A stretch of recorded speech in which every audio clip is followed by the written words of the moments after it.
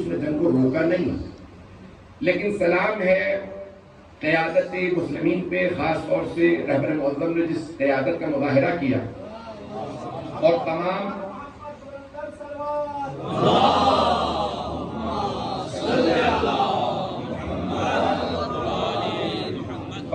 دشمنوں کو شکست دی، اسرائیل کو، امریکہ کو، سارا یورپ ایک طرف تھا، ایران ایک طرف تھا، انہیں اندازہ نہیں تھا علی کے ماننے والے لڑتے کیسے ہیں۔ جنگیں اسلحے سے نہیں ہوتی، حوصلوں سے ہوتی۔ میرے جملے پہنچ رہے ہیں؟ جنگ اسلحے سے نہیں ہوتی۔ اس زمانے میں بھی اسلحہ بہت تھا، مشرکین کے پاس اسلحہ بہت تھا، فوج بھی زیادہ بڑی تھی، اسلحہ بھی بہت تھا، لیکن مشرکین کے مقابلے میں بس ایک علی کافی تھی۔ اور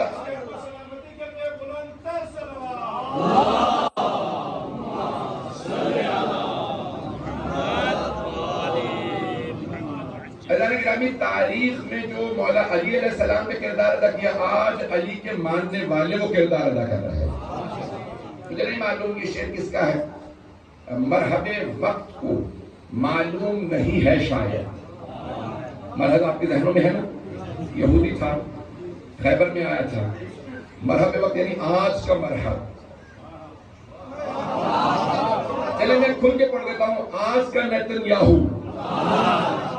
تاریخ میں مرحب تھا، آج نیتنیاہو۔ جملے کو غور سے سنیے گا، شعر مجھے نہیں معلوم کس کا، لیکن شعر بہت خوبصورت ہے۔ مرحب وقت کو، آج کے مرحب کو، مرحب وقت کو معلوم نہیں ہے شاید، آخری حیدر کرار ابھی باقی ہے۔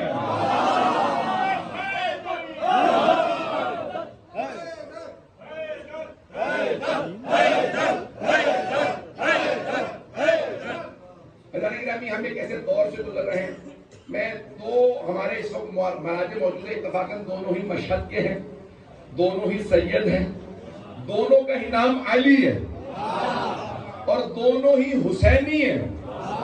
ایک ہے آیت اللہ سید علی حسینی سیستانی، دوسرے آیت اللہ سید علی حسینی خامنہ۔ ایک نے داعش کو شکست دی، دوسرے نے اسرائیل کو شکست دی۔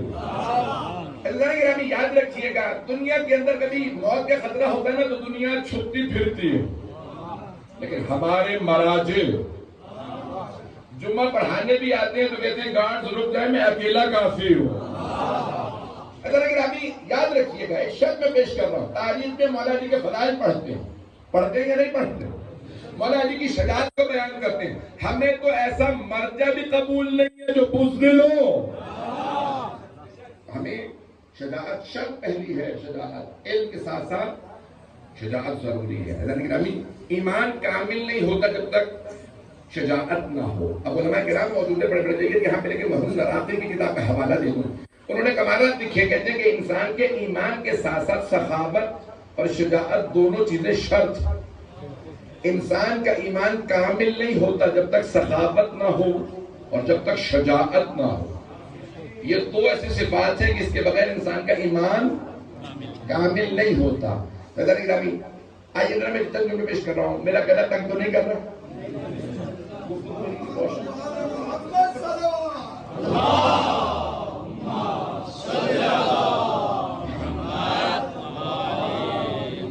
حضرت گرامی موضوعات بہت ہیں، لیکن یاد رکھیے گا دشمن ابھی بار بار ہندوستان کا جو کہنے کے آرمی چیف ہے یا نائب آرمی چیف، اس نے جملہ کہا کہ ہمارا اب جو حملہ پاکستان پہ ہوگا وہ پہلے جیسا نہیں ہوگا۔ تو مجھے اس کو جواب دے لینے دیجیے، اب جو ہماری طرف سے تمہیں جواب ملے گا وہ پہلے جیسا نہیں ہوگا۔ پہلے ہم نے ایک تھپڑ مارا تھا، ہم 10 تھپڑ مارے ہیں۔ یہ تھپڑ لازمی نہیں ہوتا کہ ہاتھ سے ہی ہو، ہر ایک اللہ کا تعزیانہ الگ الگ ہوتا ہے۔ یہ ابھی جو قرآن کریم میں آیت آئی ہے، اسی طرح سے اسرائیل بہت تیاری کر رہا ہے، بہت تیاریاں ہو رہی ہیں۔ جتنی بھی تیاری کر لو، ہمیں اپنی قیادت پہ یقین ہے، مرجعیت پہ یقین ہے۔ اللہ نے میں تفصیل میں نہیں جاؤں گا، میں نے جس موضوع کا انتخاب کیا سورہ نساء کی آیت نمبر 103 ہے، میں فلسفہ نماز کے عنوان سے پڑھنا چاہ رہا ہوں۔ آپ لوگ علماء کرام میری مدد کریں گے کہ میں جہاں جہاں پہ بھی مشکل ہو مجھے کہتے ہیں اس کو ذرا وضاحت کر دیں، اس کی توضیح کر دیں، تو میں مجمع سے پہلی دفعہ ملا ہوں، لیکن مجھے یقین ہے کہ ہمارا رشتہ بہت پرانا ہے۔ ملاقات پہلی ہے لیکن رشتہ پرانا ہے۔ ہمارے رشتے کا نام ہے ولایت۔ اپنی اہل بیت علیہ السلام کی اللہ اللہ کے رسول اور ائمہ کی ولایت کو ماننے والا ہے وہ بہت پرانا رشتہ ہوتا ہے. سب سے بڑا رشتہ ہی ایمان کا رشتہ ہے. ہمارے کوئی رشتے کی اتنی اہمیت نہیں جتنی ایمان کے رشتے کی ہے.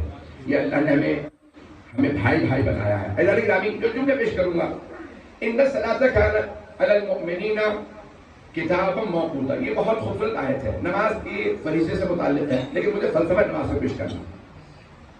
اللہ فرما رہا ہے ان الصلاۃ، بے شک کہ نماز کانت علی المؤمنین کتابا موقوتا، مومنوں پہ فرض قرار دی ہے. اب نماز شروع ہوتی ہے نیت سے. سب سے اہمیت ہے انسان کے ہر عمل میں نیت کی ہے. ایک چھوٹی سی نیت ہے لیکن سارے عمل کا دار و مدار نیت پہ ہوتا ہے. اس جملے کو اگر پہنچا سکتا ہوں، اتنا بڑا عمل، اتنی بڑی نماز، اتنی بڑی مجلس، لیکن ایک چھوٹی سی نیت سے قبول ہوتی ہے، اور اللہ نہ کرے چھوٹی سی نیت کی خرابی سے رد ہو جاتی ہے. اتنا بڑا عمل، پروردگارہ میں نے اتنا بڑا خمس نکالا، چھوٹی سی نیت سے خراب کیسے ہو گئے؟ توجہ ہے. ایک بہت بڑے استاد ہے قوم مقدس کے آغا محسن کراتی، وہ کہتے ہیں میں ایک مرتبہ جہاز میں بیٹھا، 1 گھنٹہ 2 گھنٹہ 3 گھنٹے جہاز لیٹ ہو گیا. میں نے پوچھا اسٹیورڈ سے، حضور سے پوچھا کیا بات ہے، معاملہ کیا ہے، جہاز میں بٹھا دیا، چلاتے کیوں نہیں؟ کہا جہاز لیٹ ہو گیا کیونکہ ایک ایئر ہوسٹس کے لیے چھوٹا سا چوہا جہاز میں ملا. چوہا سمجھتے؟ تو ایک چھوٹا سا چوہا ملا، اتنا بڑا جہاز، چھوٹا سا چوہا. تکلیف کیا ہے؟ جہاز اڑا، چوہے سے کیا ہوتا ہے؟ کہا آپ کو سمجھ میں نہیں آئے گا. ایک چھوٹا سا چوہا تارے اترتے اور جہاز کا زمین سے رابطہ منقطع ہو جائے گا، جہاز تباہ ہو سکتا ہے. آغا محسن کراتی کہتے ہیں اسی دن مجھے نیت کی اہمیت سمجھ آئی. چھوٹی سی نیت ہے، اتنا بڑا عمل کھا جاتی ہے. نہیں پہنچا سکا.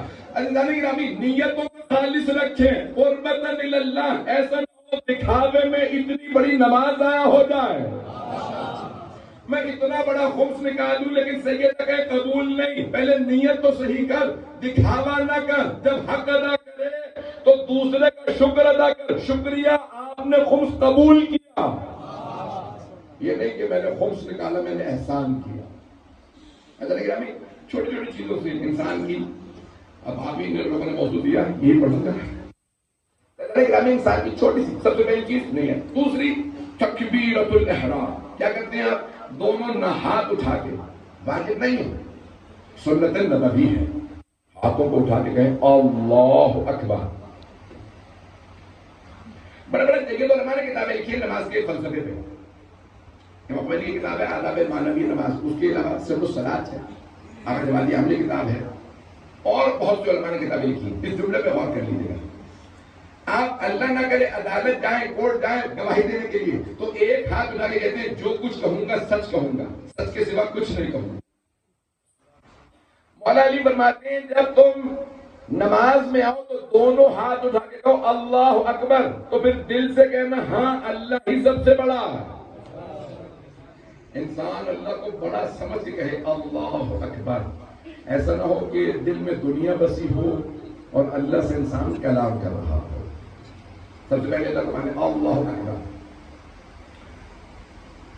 انسان جیسے نماز شروع کرتا ہے تو سب سے پہلے کہتا ہے بسم اللہ الرحمن الرحیم الحمدللہ رب العالمین الرحمن الرحیم مالک یوم الدین. اب یہ 7 آیات ہیں سورہ فاتحہ میں، اور ان 7 آیات کے اندر 7 ایسے الفاظ ہیں جو 2 مرتبہ ہیں. اگر سننا پسند فرمائیں گے تو پیش کروں، آپ گنتے جائیے گا میں گنواتا رہوں گا. بسم اللہ الرحمن الرحیم، اللہ بسم اللہ میں آیا. پھر الحمدللہ رب العالمین، تو لفظ اللہ 2 مرتبہ آیا ہے،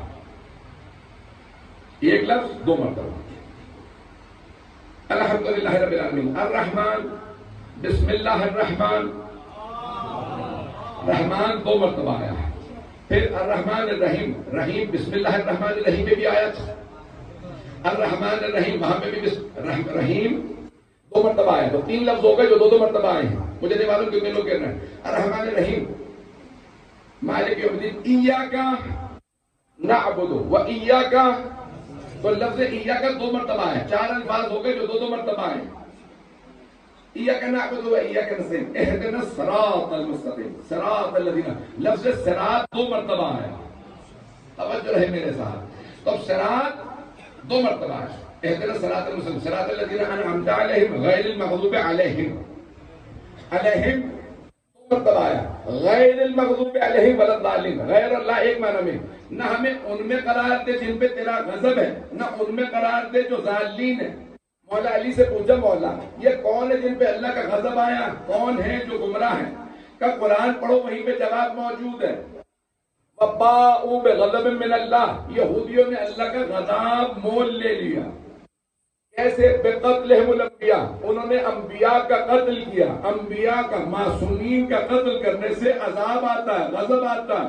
ہاتھ جوڑ کے توجہ مجمع کی. معصوم کا قتل کرے اگر کوئی تو اللہ کا غضب آتا ہے. نبیوں کے قتل پہ بھی غضب آیا اور کربلا والوں کے قتل پہ بھی غضب آیا. ایک بے گناہ کو مارو گے تو غضب آئے گا، اللہ نشانیاں بھیجے گا. اسرائیل نے اتنے عورتوں بچوں کو مارا ہے تو اللہ کی طرف سے نشانیاں آئیں گی. عزیزان گرامی، مولا امین فرماتے ہیں سب سے بڑی نشانی کیا ہے غضب کی؟ جب انسان کسی پہ ظلم کرے، بے خطا کسی کا قتل کر دے تو اللہ سبحانہ و تعالیٰ اسے ذلیل و خوار دنیا میں بھی کرتا ہے، عذاب بھی بھیجتا ہے. کیا ہوتا ہے؟ الملک یبقی مع الکفر ولا یبقی مع الظلم. کفر کی حکومت باقی رہ سکتی ہے، ظلم کی حکومت کبھی باقی نہیں رہ سکتی.